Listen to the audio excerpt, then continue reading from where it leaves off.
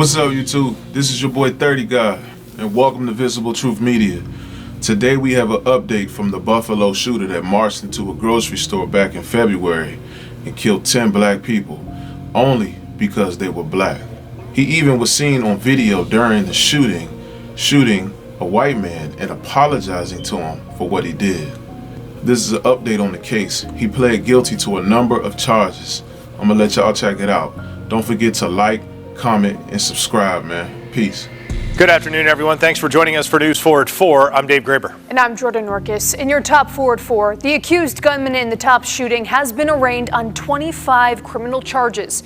News 4's Marley Tuskus is live with reaction from the Erie County District Attorney. For about 26 minutes Monday morning, Erie County Court Judge Susan Egan asked Peyton Gendron a series of mostly yes or no questions about his actions on May 14th. With mostly one-word answers, the 19-year-old from Broome County admitted to the racist violence committed on 13 shooting victims at the Tops Market on Jefferson Avenue, as well as an entire community. With his words, Gendron largely solidified his fate: life in prison without the chance of parole on the state charges. But it remains possible that a different fate awaits him. Gendron, a dedicated white supremacist, pleaded guilty to 15 charges, including domestic terrorism motivated by hate for his slaying of 10 black people and for injuring 3 other people more than 6 months ago in Buffalo. In addition to the domestic terrorism charge, which carries an automatic sentence of life in prison without parole, Gendron pleaded guilty to 10 counts of the first-degree murder and 3 counts of second-degree attempted murder as a hate crime and 1 count of second-degree weapons possession. In addition to those charges, an Erie County grand jury also indicted Gendron on 10 counts of second-degree murder as a hate crime. Those counts were covered by Gendron's guilty pleas to the first-degree murder charges, Egan said. Gendron intended to kill as many black people as he could, committed racially motivated crimes fueled by white supremacist ideology, Assistant District Attorney Noah Elnikip said in court. Sentencing was scheduled for February 15. Gendron remains held without bail. He still faces federal hate crime charges. The Department of Justice has yet to announce whether it plans to seek the death penalty. Both federal prosecutors and Gendron's federal public defenders declined to comment Monday. There was little doubt about Gendron's role in the massacre. He detailed his plans and his hate towards black people in hundreds of pages of messages he posted online. In them, he described how he picked the location for the mass shooting. A crowded supermarket in the neighborhood he researched had one of the highest concentrations of black residents in upstate New York. He also wrote about going to the store to do reconnaissance months before the attack, taking note of the security guards and drawing maps of the interior. And on the day of the attack, he uploaded to a social media server a diary of his hate and plans. He then carried out the killing spree with a video camera mounted on his helmet and live streamed as he systematically shot and killed black shoppers and employees, at first outside and then in the aisles of the grocery store, until the platform cut the stream. He then came outside the store, according to the video bystanders, witnesses, and police. As patrol officers arrived at the scene, he pointed a rifle at himself. The officers yelled to him to stop and he put his weapon down, took off his armor, and then the police took him into custody. The entire rampage took 123 seconds. Gendron's admissions were made inside a packed third-floor courtroom with heightened security. The judge barred cameras from the courtroom for the proceeding. Christopher Braden, a top store manager who was one of the 3 injured shooting victims who survived, sat in the front row of the gallery, which was filled with family members of both deceased and surviving victims. It is Braden, who is white, who Gendron apologized to after shooting him, prosecutors said. As Elnikip outlined what she said the prosecution case would have showed, a shackled Gendron stood expressionless facing forward in the courtroom. Gendron's actions were recorded on our store surveillance video, Elnikip said, as well as on video Gendron streamed. During the plea hearing, Elnikip detailed the prosecution's proof that would have been ordered at trial. For each of those killed, she said Gendron killed each victim because of their race. The defendant did this because they were black. About 3 weeks ago, Gendron's attorneys visited attorneys representing victims' families and proposed that Gendron would plead guilty. Terrence M. Connors, one of those attorneys, told reporters Monday. Pleading guilty to all charges could help Gendron avoid the death penalty, Connors said, as he was told by Gendron's attorneys. They felt as though that was one way in which they might be able able to mitigate the decision with the respect to the death penalty in the federal system, Connor said. District Attorney John Flynn said his office received a letter a few weeks ago from Gendron's attorneys about entering guilty pleas. He called the evidence against Gendron overwhelming. The racist murderer did not fulfill what he set out to accomplish, Flynn said after Monday's proceeding. He failed miserably because today, this city, this community is stronger and better than it ever was. And we have shown the world that racism has no part in our community. Flynn said he was initially concerned about the potential for Gendron's defense attorneys to make a motion to move the trial to another jurisdiction, which could have landed the case in a rural county where it was much more likely that the jury would have been made up of white people. And I wanted to make sure he was tried by a jury that looked like the victims of this case. I wanted the jury here in Buffalo. Gendron's guilty pleas in the state case were not a part of any overarching resolution to both the state and federal cases that would allow Gendron to avoid the death penalty, Flynn said. Defense attorney Brian K. Parker, reading from a prepared statement after Gendron pleaded guilty, said his client took a plea knowing what that meant. He would spend the rest of his life in prison without the chance of parole. Gendron will not appeal, Parker said. This critical step represents a commendation of the racist ideology that fueled his horrific actions on May 14th, Parker said. Before he is sentenced to life without the possibility of parole on February 15th, the surviving victims and deceased victims' family members will all have an opportunity to address the court, the community, and our client directly. It is our hope that the final resolution of the state charges will help in some small way to keep the focus on the needs of the victims in the community, he said. I don't want to hear none of this. I don't want to hear it. I don't like this story. I don't like how it played out. I don't like what happened. I don't like Gendron. He racist. What can be learned from this? That's the turn the episode need to take. How can us as a people be more prepared so something like this don't happen again? If it do, he shouldn't be able to walk away from it, man. I mean, man, you can go up in a grocery store, kill 10 black people. Don't get me on it. Don't get me on it. I mean, my channel, it wasn't up and running when this happened, but I'm telling you what, if it was, I would have been all on it. But this is the aftermath. I'm sure everyone has heard about what happened in Buffalo. This is not closure for them.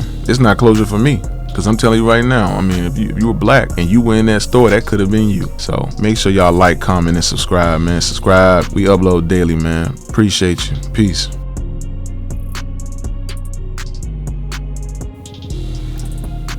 Hey, y'all make sure y'all go follow my Instagram. We putting in work.